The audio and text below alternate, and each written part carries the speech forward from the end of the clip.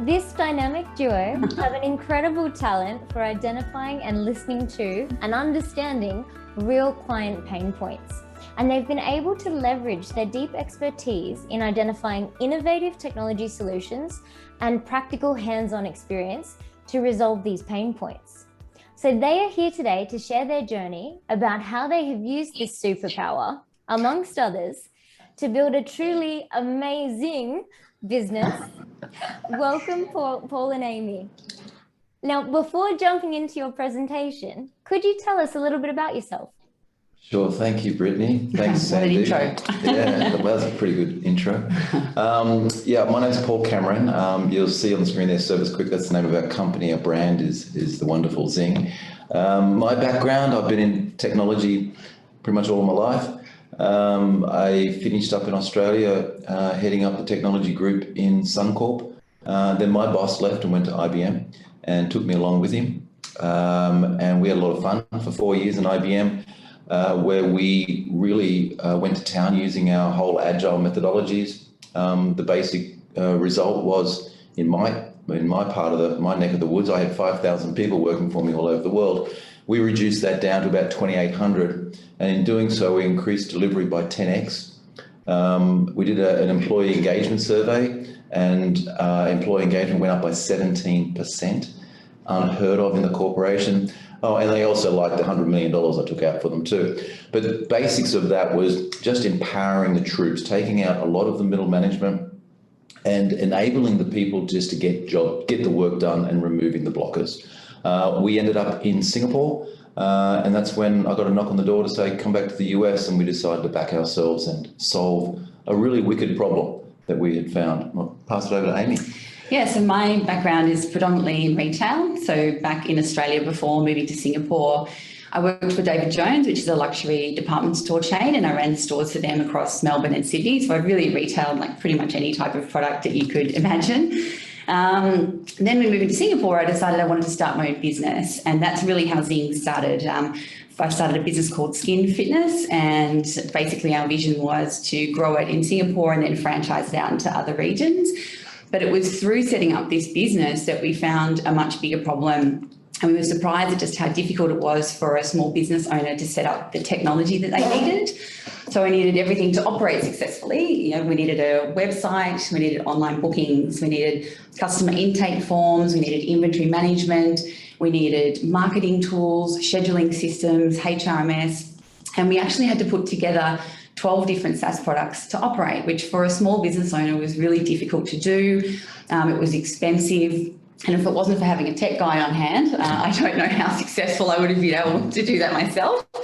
And so after dealing with this system that really didn't work very well, and we were talking to other small business owners and they were sharing the same complaints, and we thought, maybe we shouldn't pursue the skincare thing. Maybe there's a real opportunity here to do something about this. And that's really how ZING started. And like in a nutshell, what ZING is essentially is all of those tools that I just described in one end-to-end platform that's affordable and accessible and really easy to use. And so we've been out in the market now since January this year, and customers are coming on board and they're loving it. But it's been a hell of a ride getting to this point. Yeah, it's been a crazy journey. We'll share a few slides with you, just a bit about the business. But what's been really, really cool is that everything you learn in your career, you don't often get a chance to back yourself and put everything on the block, and where failure is not an option. But use all those skills that you've learned, and the last 10 or 15 years, I've learned a hell of a lot about how to make a business run much better. And I'm a huge advocate of the whole agile methodology. It's basically common sense, but unfortunately, common sense isn't that common. But the results just speak for themselves. And we've applied that in every single thing we do in our business. So what we want to show you today is the results of doing that. And it's a real live business with customers on board. We started writing the software about a little less than 18 months ago. Someone said to me the other day, so you've spent about 10 years building this thing? No, 18 months. And it's basically an enterprise ERP, but designed for SMBs. So guys, if you can just flick up the first slide and I'll run through a little bit of the journey. All right, perfect.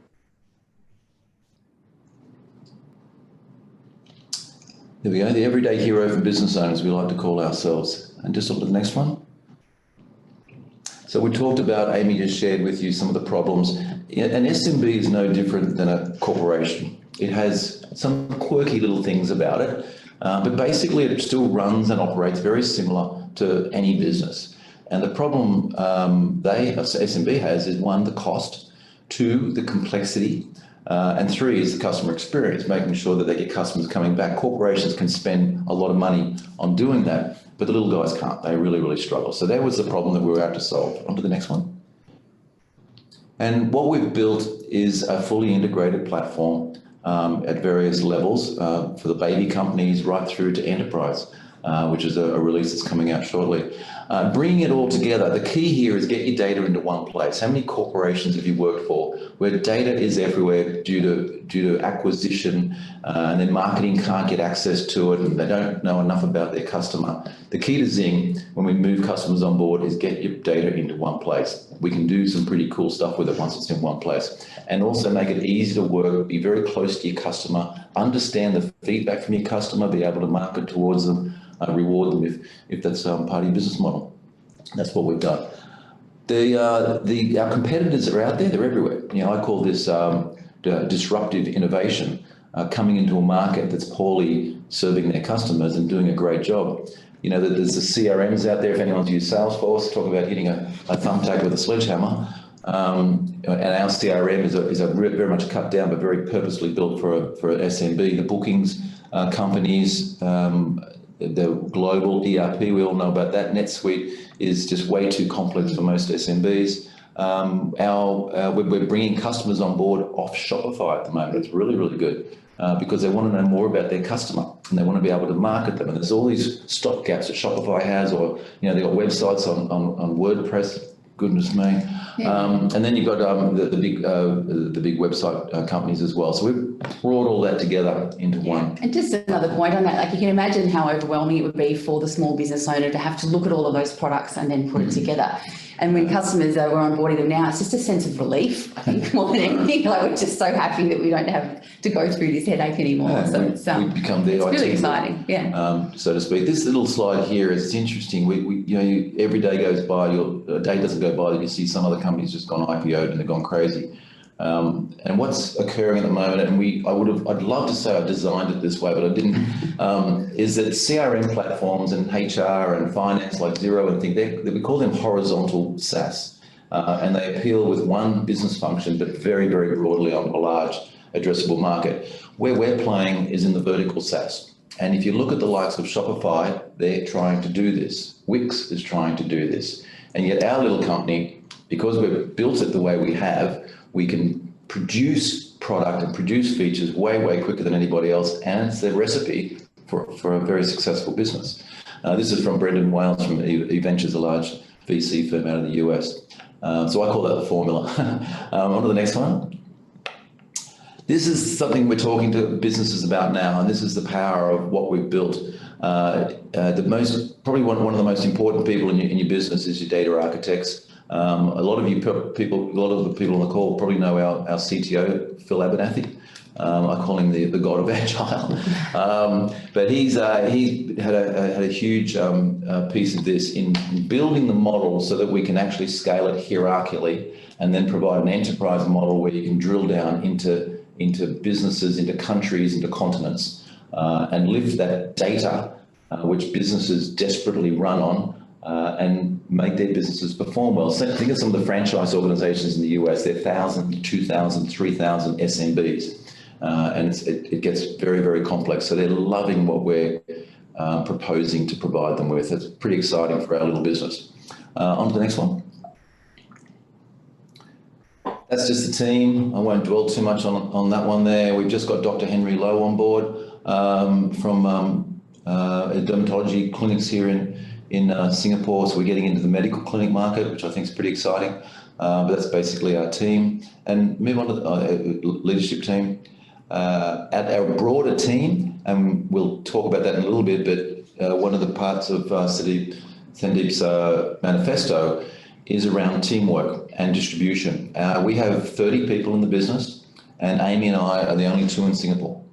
They are in Central Europe, North Macedonia, Slovakia, the Netherlands, China, Mongolia, India, Philippines, they're everywhere.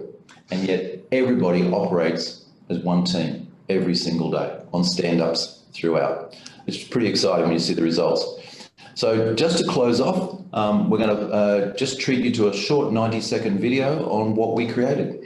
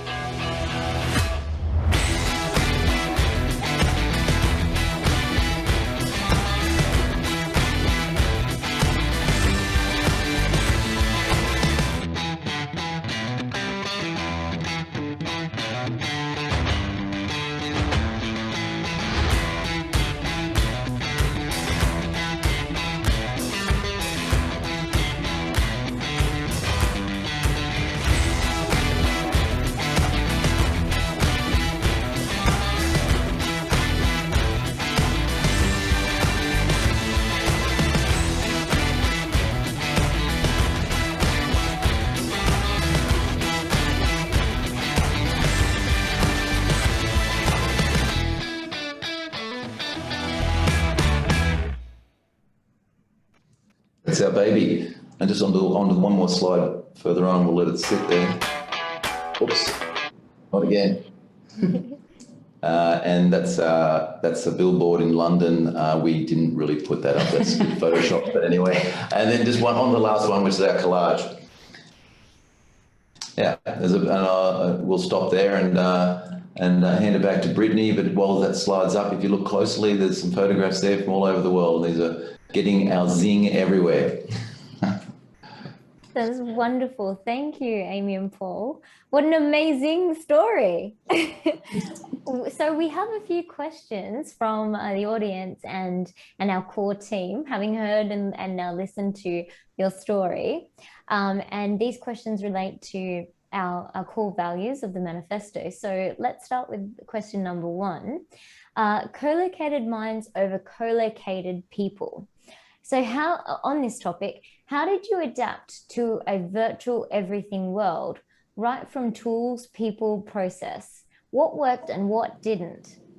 Well, it's really funny. Quick little backstory here. When I was with Suncorp, we developed a really cool product called Desktop Anywhere about 6 or 7 years ago, whatever it was, and it kind of got shut down because HR and risk said you can't have people working from home. If they trip over the cat, they hurt themselves, you know, the brand damage, and they prevent us, they put blockers in the way. And lo and behold, we get a pandemic and everyone's working from home. Although we started the business before the pandemic hit, and it was always my model to access a distributed workforce. There's talent all over the globe, really, really smart people. And we've also got the luxury of some wonderful tools. We're big users of Zoom and Slack and a bunch of other tools as well. And so we're able to bring these people together. And it's interesting when we hire new engineers, or whether they're our documenters or whoever, the first filter we find is, do they like to collaborate? And if they don't make the grade. You know, you can't hide in the corner with a problem for 3 days. We'll give you 3 hours, and then you put your hand up. We can't afford it, and also it's not good for your teammates. So there is no heroes. The team is a hero. We share our wins. We also kind of share our bad things too when things go wrong. But I love it when we go priority 1, and every single person in our business, all 30 of us, put down tools and contribute whatever they can to solving the problem because it's affecting customers. And it's important to celebrate that as well. I think, you know, we are a startup, so our resources are very limited. And when a prior 1 hits, it's pretty full on, and it's amazing how quickly the team work together to turn it around. And I think it's really important that we recognise the success of just getting through that point as well with the guys. You know, it's always a pat on the back as to how quickly we resolve the issues, and then we take a step back and get into the detail of what happened and how we can make sure it doesn't happen again.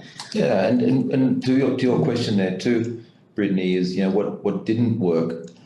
We had a little bit of a struggle to start with, getting people's heads around working in this distributed manner. We had people saying we want to work in a 10-person squad. No, we have pods, we call them, and there are only 3 or 4 people. We find that they can develop more product or more features and release them more quickly. We plonk a tester in there as well. So we try and keep them small, and that becomes quite effective. So there's a little bit of a change program that people need to get their heads around how we actually operate. And there's also the good side of it, where people they'll hold on to their IP asset, and then they realise that they can actually talk to their friends on another part of the world and ask them a question. And even if it's a dumb question, there is no such thing as a dumb question. It's okay to fail, but you must learn from it and ensure that we don't keep on doing the same thing over and over again. That's awesome. And just, you touched on there, the what didn't work well as well. Do you have any guidelines in terms of, because you are distributed, are there any things that you make sure to do on a day-to-day basis? We're religious about our stand-ups. Amy and I, we're on our leadership team, we're on one every single day of the week.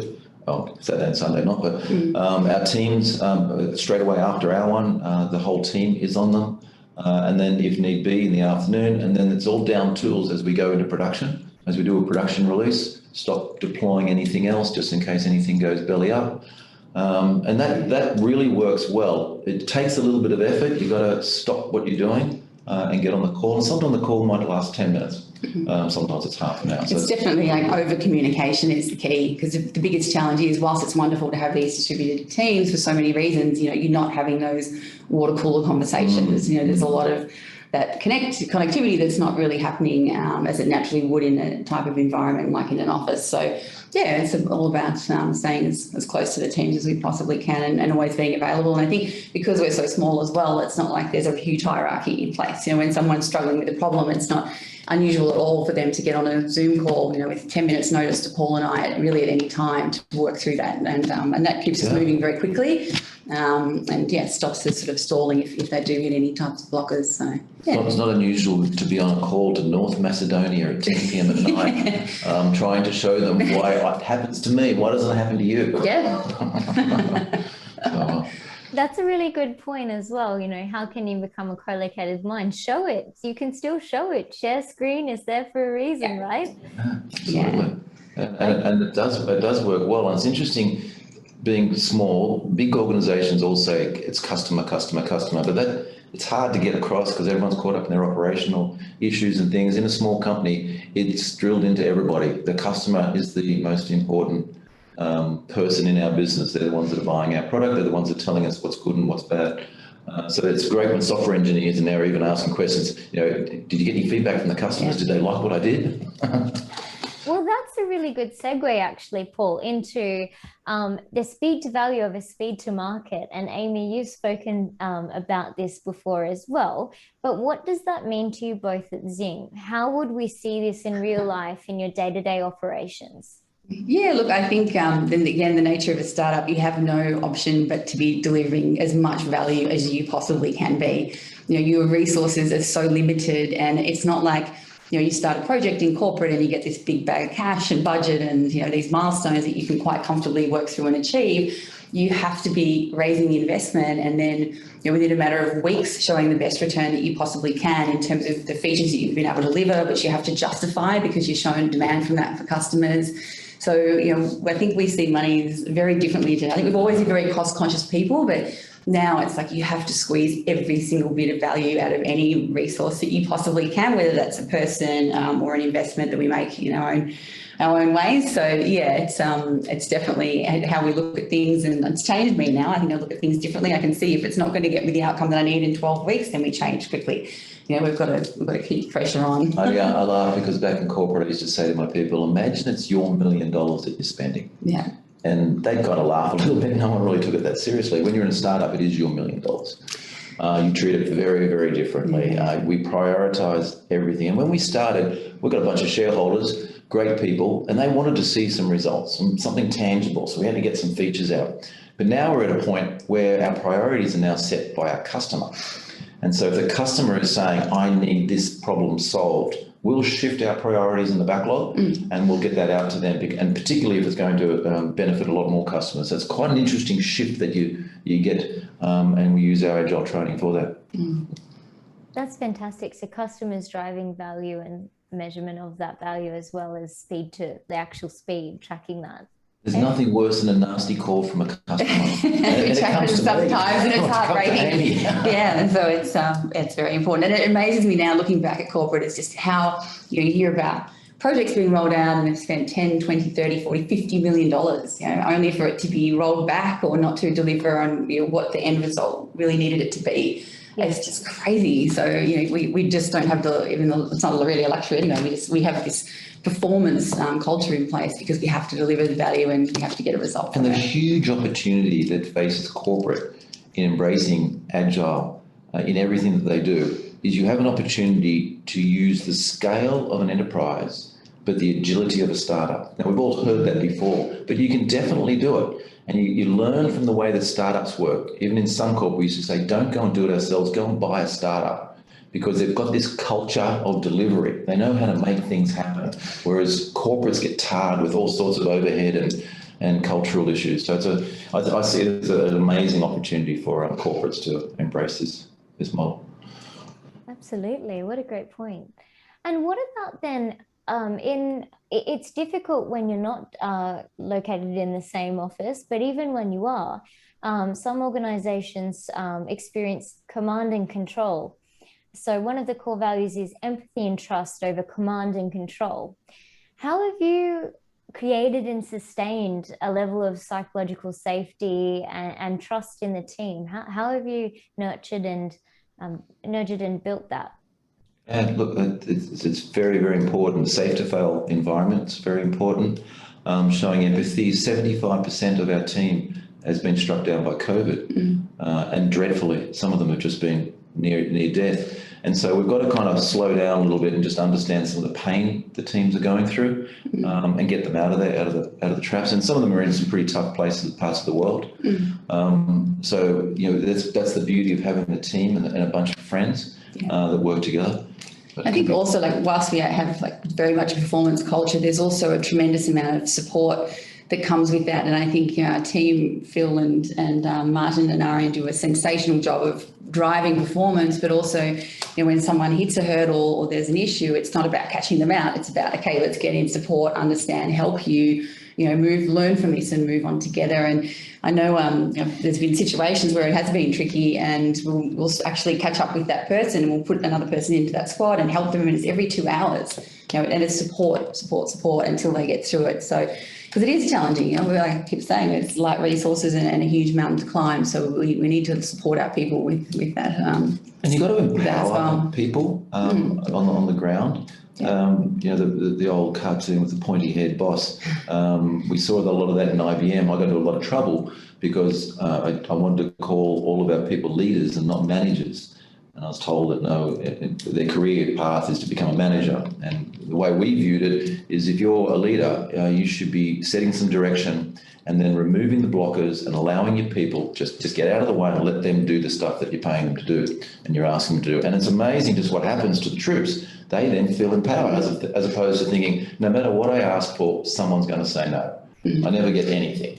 And so that creates a really, really big change amongst the troops. And they're the ones who are actually building the product that you make money out of. And you want to hear what they have to say as well. Like when we do join their all-ins, it's great that they give us feedback and they have ideas, and we get a lot of value out of that. So I think we've done a pretty good job of building a good culture. And the other part is making sure everybody's accessible. None of this locked away in an office. Those days are gone. We've got to make sure every member of the team is accessible at all times. Yeah. And just a small thing, videos on. It's like the way we do our team. It's like when we have our meetings, videos on. Now, when you scale, things start to change, and as you start to get larger teams, but that just puts the onus back on the leaders to get out there and see your people more often. Horrified at IBM, I used to find out that someone's leader had never come to see them in 5 years, and that was before video was everywhere. Just horrible kinds of stuff. So, and now I hear that IBM certainly changed a lot for the better with the new CEO in there, which is good. And that's that also has, there's a couple more questions coming through, so I'm just filtering them. But that also tags into, I guess, people. So you've built this wonderful business and it's got all these cool features and you've got clients using it and actual users.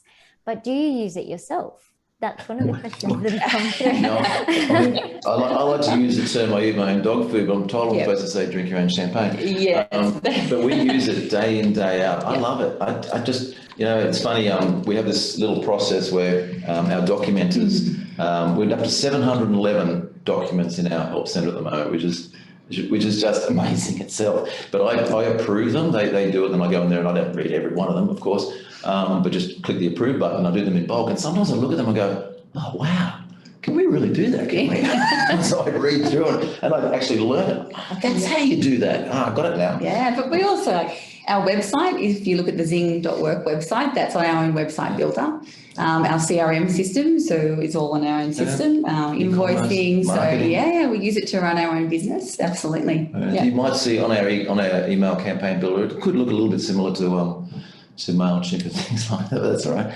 But we've done some really, really good stuff, and it's just great to use and to run a business. So I do all of our contracts through Zing. Run all of our staff through Zing. We run our financials through Zing. We're going to release in the second half this year our own finance and accounting built into Zing, which is really cool, and some pretty advanced inventory management. So they're great things that are coming down the pipe, but that's what our customers are telling us to do. So yes, we certainly eat our own dog food. Drink our own champagne. Drink your own champagne, yes. Much more appetizing term.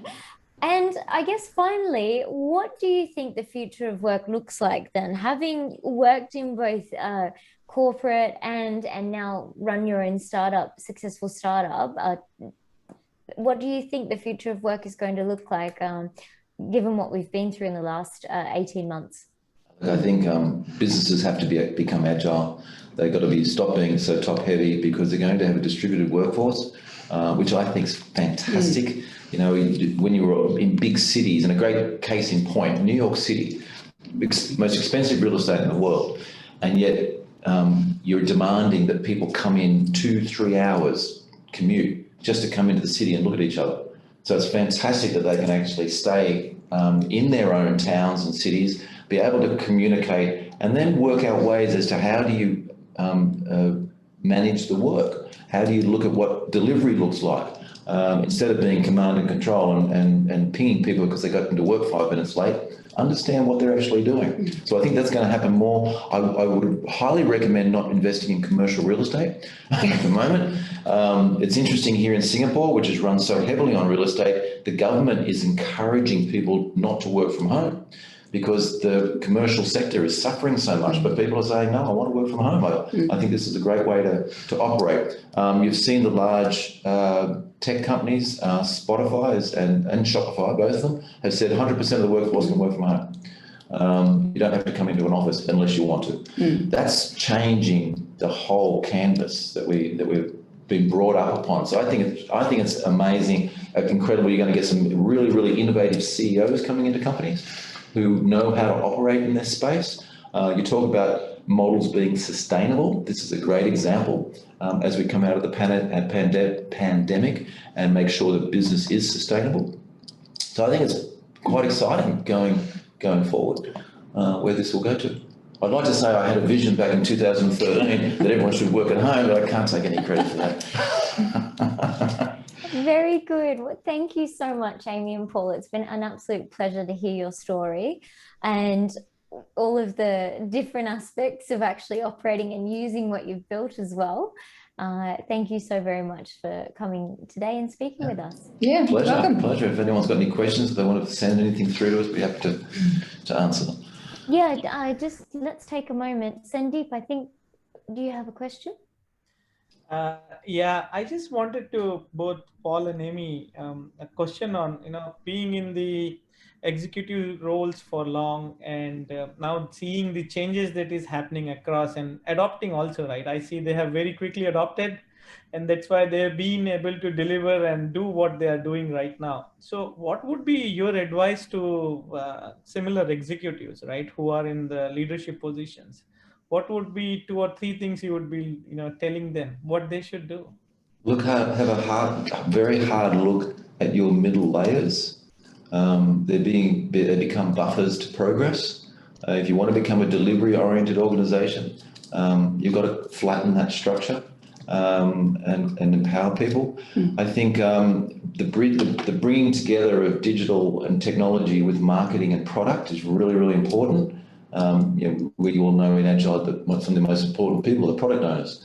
To understand what the business wants and ensure the technology meets it. But that gets lost in the wash, and people get so busy, it's got to come back. If you're going to have a flatter organisation, the technology people, the digital people, got to be very close to the customer. So I think those sorts of things become more and more important. Instead of the marketing people saying, I hate the technology people, and the other way around, everyone has to be joined at the hip and working together in this brave new world that we're in. Amy, did you have a view on that? No, I was just thinking, what's amazed me is just how much we have been able to deliver in 18 months, on such a small budget. And I think if I look back to my corporate days, knowing what I know now, it's just, don't underestimate just how much value you can add and how quickly you can deliver such quality if you really follow these principles. We don't have a choice to be agile. We have to be because of the nature of the environment that we're in. But it really works. And in the middle of a pandemic and having to work with a distributed team with every challenge against us, we've been able to really deliver something pretty amazing. So, it works. Yeah, we had someone earlier on, and it's a lesson for corporate executives as well. It's so easy just to go out and hire a consulting group. Yeah. That's just really easy to do, but you're spending someone's money, and a lot of it. It's actually shareholders' money. And unless you get a pretty considerable benefit from it, it's just throwing it, down the drain. We had somebody who was looking at us about a year ago, and she said, what you're trying to build has got a minimum $20 million price tag on it. And I think you're having yourselves on. A year later, we did the whole thing for $2.5 million. And we did way more than she saw. Now, she was coming from a consulting perspective in corporate. And that's what it would cost. It would cost way more than 20 million. That would just get you off the ground. So it's very interesting. There's lessons to be learned here about how to empower your people, how to reduce cost, how to listen to your customer and deliver more features and products that customers love. There's certainly some lessons to be learned. Perfect. And from a culture point of view, right? So you talked about culture, you talked about psychological safety, but many people do not get it. So, what would be your advice? I mean, how can we simply put it? What would be an easiest way to, tell them, okay, what is the culture of an organization? It starts from the top. An old boss of mine used to say, anyone can copy software or hardware or whatever, but it's very hard to copy a company's culture. That one's hard to duplicate. And you need things like an Agile manifesto or an Agile culture, where things like it's safe to fail, where we're focused on delivery, where we're working teams and nobody has a bad question.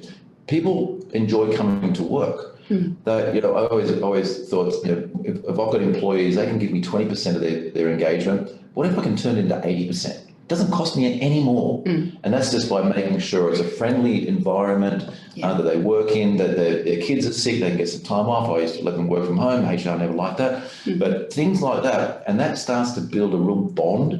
And that's the basis of a great culture. And that is powerful. I think also just making them feel, which they absolutely are, they're just part of the vision of what we're building. Without them, they're actually creating it. And they're making sure that they understand that, they hear the customer feedback, they hear the wins, they hear the praise, they hear the excitement from our investors. And, I feel like they're definitely excited to be building what they're building. We sent a swag out. With that. A lot of the people on that slide there are actually investors or whatever, but we've sent another bunch out to all of our people that work for us. And it's made up of a T-shirt and a mug and a few things. They love it. They just think it's so fantastic that someone would give this to them in these far-flung countries. And now they're saying, where's mine? It hasn't arrived. They want their photo up on the they want their photo with the collage. on the website now. When they were writing in last night saying, put me up. Yeah, so that's the basis of a good culture, where no one's hiding anything. They can see the vision. They know they can communicate. And then they actually give you 80% of their engagement. maybe even 100% of their engagement, which is very, very powerful. Now, we have a business full of contractors. We don't employ people. It's easier for a lot of reasons. And contractors are known for doing a 1-month contract or a 2-month contract. We've had people from the start, they don't want to leave. So you've obviously got something in the water. Thank you very much. Thank you for sharing those golden nuggets with us.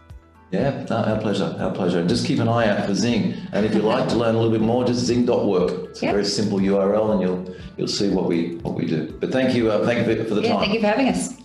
Good luck with the conference.